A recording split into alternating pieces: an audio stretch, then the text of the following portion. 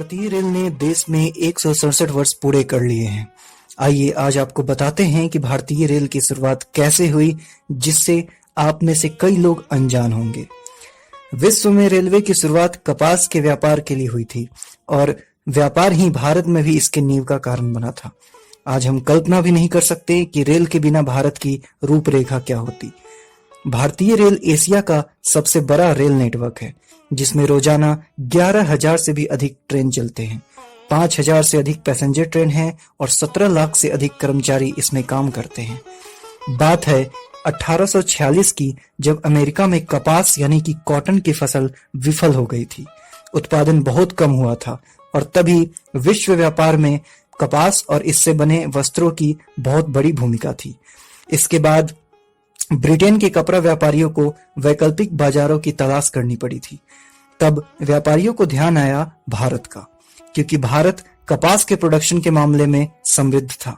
आज भी भारत को कि महाराष्ट्र, गुजरात की काली मिट्टी में कपास का उत्पादन बहुत अधिक होता है। भारत में कपास का प्रोडक्शन तो बहुत ज्यादा होता था, लेकिन किसानों के खेत से इसे पोर्ट तक ले जाना और फिर इसे जहाज से विश्व भर में ले जाने के क्रम में बहुत दिन लग जाते थे। उस समय जहाज ही एकमात्र साधन था जिससे कि वस्तुओं को विश्व के विभिन्न बाजार तक पहुंचाया जा सकता था। अब अंग्रेजों के पास समस्या थी कि ऐसा क्या करें जिससे कि अलग अलग प्रदेशों से पोर्ट तक कपास ले जाने में समय को कम किया जा सके। बस यहीं से आ गई रेल को भारत में लाने की जरूरत। अंग्रेजों को यह भी लगा कि यहाँ के लोगों पर अच्छे से शासन करने और अपने सैनिकों को भी एक जगह से दूसरी जगह भेजने में इससे काफी आसानी होगी। उस समय भारत के गवर्नर जनरल यानी कि प्रशासक थे लॉर्ड डलहौजी, जिन्होंने अपने सरकार में यह प्रस्ताव रखा कि रेलवे से कैसे हम बॉम्बे, कलकत्ता और मद्रास के पोर्ट यानी कि बंदरगाहों को जोड़ सकते हैं। ऐसा नहीं है कि यह पहली बार हो रहा था। इससे कई साल पूर्व भी इस तरह की योजनाएं बनाई गई थी, जो कि ब्रिटेन में चल रही रेलवे के विकास को ध्यान में रखते हुए बनाया गया था, लेकिन यह सब कागजी ही रह गया था। भारत में सभी इसके सपोर्ट में नहीं थे। कई दिग्गजों ने, जिनमें कुछ अंग्रेज और कुछ भारतीय भी थे, उन्होंने इसका भरपूर विरोध किया। उनका कहना था कि भारत की दशा कोई ब्रिटेन जैसी नहीं है। यहाँ गरीबी है, मौसम अलग है, कहीं सूखा है तो कहीं बाढ़ है, कहीं अत्यधिक वर्षा है, कहीं जंगल है तो कहीं रेत है। यह योजना बहुत ही खराब और खतरनाक साबित होगा। खैर, गहमा गहमियों के बीच तब के भारत के संसद में इस प्रस्ताव को सन 1847 में रखा गया, लेकिन ईस्ट इंडिया कंपनी, जो कि भारत पर शासन कर रही थी, उनके ही सदस्यों ने इस बिल का विरोध किया। दोबारा 2 साल बाद जब 1849 में बिल रखा गया तो गवर्नर जनरल डलहौजी ने इस बिल को पास कर दिया। डलहौजी के पास इंग्लैंड में भी रेलवे के प्रोजेक्ट देखने का अनुभव था। अगस्त 1849 में ही कानून बना और इसके लिए ग्रेट इंडियन पेनिनसुला नाम की रेलवे कंपनी को जिम्मेदारी सौंप दी गई। बस फिर क्या था, इंजीनियर जॉर्ज क्लर्क को इस योजना की संभावनाएं जांचने के लिए बॉम्बे भेज दिया गया। कुछ सालों के बाद ही बॉम्बे में एक समूह बनी जिसे बॉम्बे ग्रेट ईस्टर्न रेलवे के नाम से जाना गया, जो रेलवे की योजनाएं बनाने लगे। अंग्रेजों के पास तो पहले से ही एक मजबूत प्लान तैयार था ही। कंपनी में इंजीनियर लगाए, मेहनती मजदूरों ने दिन रात परिश्रम किया और रेलवे लाइन बिछानी शुरू कर दी गई।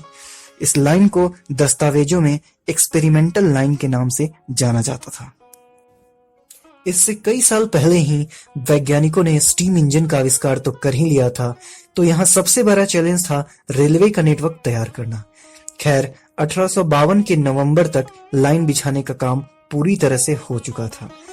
18 नवंबर 1852 को ग्रेट इंडियन पेनिनसुला कंपनी के डायरेक्टर और कुछ इंजीनियर ने ट्रायल किया और फिर भारत की पहली ट्रेन 16 अप्रैल 1853 को शनिवार को 3:53 पे बोरी बंदर यानी कि मुंबई और थाने के बीच में चली। यह सफर सिर्फ 34 किलोमीटर का था, लेकिन भारत के लिए यह दिन इतिहास के पन्ने पर महत्वपूर्ण दिनों में से एक बन गया। इसका अंदाजा आप इससे भी लगा सकते हैं कि बॉम्बे सरकार ने इसे सरकारी छुट्टी घोषित कर दिया। यह ट्रेन सिंध, साहिब और सुल्तान 3 इंजनों द्वारा संचालित की गई थी। इस ट्रेन ने अपने 14 में 400 यात्रियों को घुमाया। ग्रेट इंडियन पेनिनसुला रेलवे ने इस उद्देश्य के लिए इंग्लैंड से 8 लोकोमोटिव के एक सेट का ऑर्डर दिया था। थाने में पहुंचने पर इसकी भव्य स्वागत की गई थी।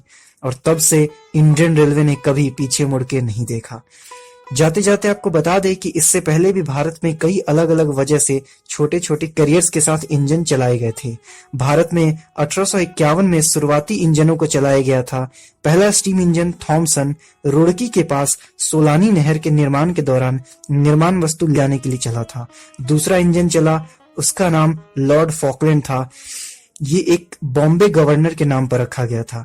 और तीसरे का उपयोग नवंबर 1852 में यात्री ट्रेन के लिए ट्रायल रन के लिए किया गया था।